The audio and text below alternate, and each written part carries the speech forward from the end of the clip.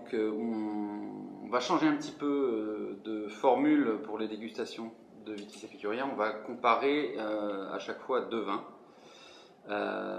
sans forcément essayer de savoir s'il y en a un qui est meilleur que l'autre, mais c'est toujours plus facile de déguster un vin quand il y a un élément de comparaison à côté. Alors sur cette première semaine, on va goûter deux vins espagnols qui ne sont pas forcément des vins extrêmement connus, extrêmement réputés hors d'Espagne, mais qui mériteraient de l'être et qui ont surtout comme grand intérêt d'avoir respectivement vieilli 11 et 10 ans.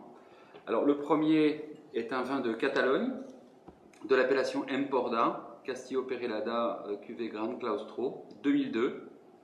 Donc c'est un vin qui est à base de Cabernet Sauvignon, de Merlot, de Carignan et de Grenache. Et le second, donc lui n'est pas catalan, c'est un vin proche de l'appellation Ribera del Duero, un Bierzo, donc près de Valladolid, de cépage Mencia, qui est un cépage local, donc millésime 2003,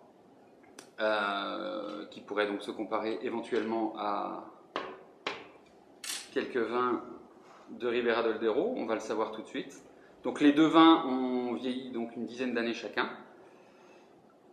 Et on va commencer par le vin d'Emporda. Donc les deux bouteilles ont été débouchées il y a 1 ou 2 heures. Alors déjà, on voit tout de suite la couleur légèrement évoluer sur les reflets un peu orangés sur les bords. Donc qui annonce bien un vin d'une certaine maturité, voire d'une maturité certaine. Bon, il a encore pas mal de densité, hein, il est quand même assez sombre dans le centre. Alors le nez est légèrement mentholé et épicé en même temps. On sent un nez qui peut faire penser à certains vins du Médoc en particulier, mais avec une puissance alcoolique qui paraît plus élevée. Alors de fait, le vin titre 14,5. Et ça se sent au nez.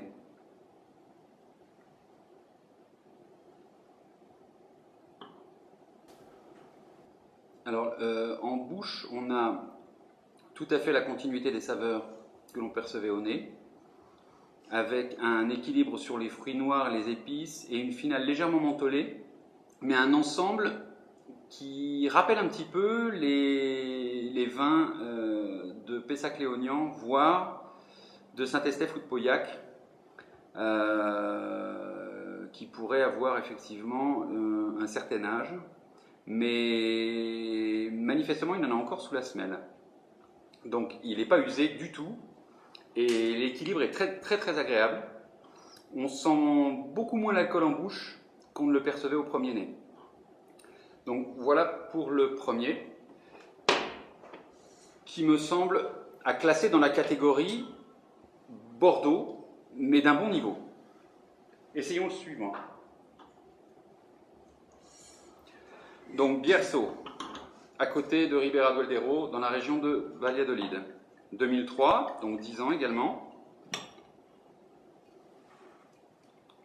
Alors là, on n'attend pas du tout des saveurs bordelaises, hein, puisque le cépage Mencia est plus comparable, si tant est qu'il le soit vraiment, avec des cépages de la vallée du Rhône. Alors, on a un nez, le titre d'alcool est de l'ordre de 14 degrés, donc c'est assez comparable, mais on le perçoit moins au nez. On a un nez qui est plus animal que le précédent, mais sans excès. Je sais que certaines personnes sont gênées par les nez animaux. Là, en l'occurrence, ça n'a rien de gênant. Le nez est très agréable. Je préfère ce nez au précédent dans la mesure où il n'est pas perturbé par la volatilité de l'alcool.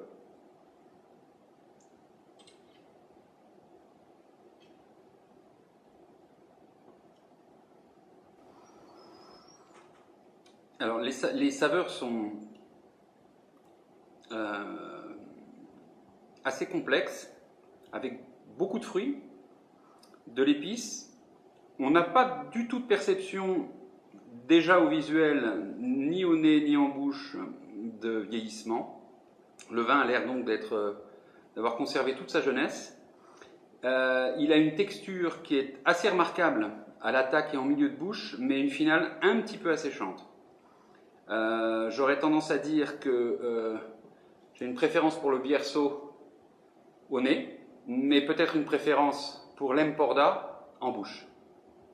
En tout cas, deux vins qui mériteraient une meilleure notoriété en dehors des frontières espagnoles. À consommer avec modération, bien entendu. À la semaine prochaine.